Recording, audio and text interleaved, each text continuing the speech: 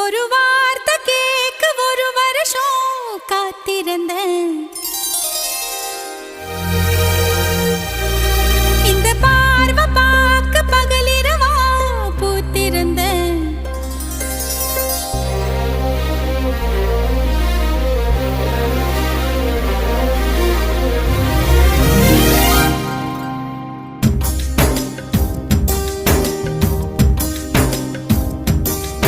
ஒரு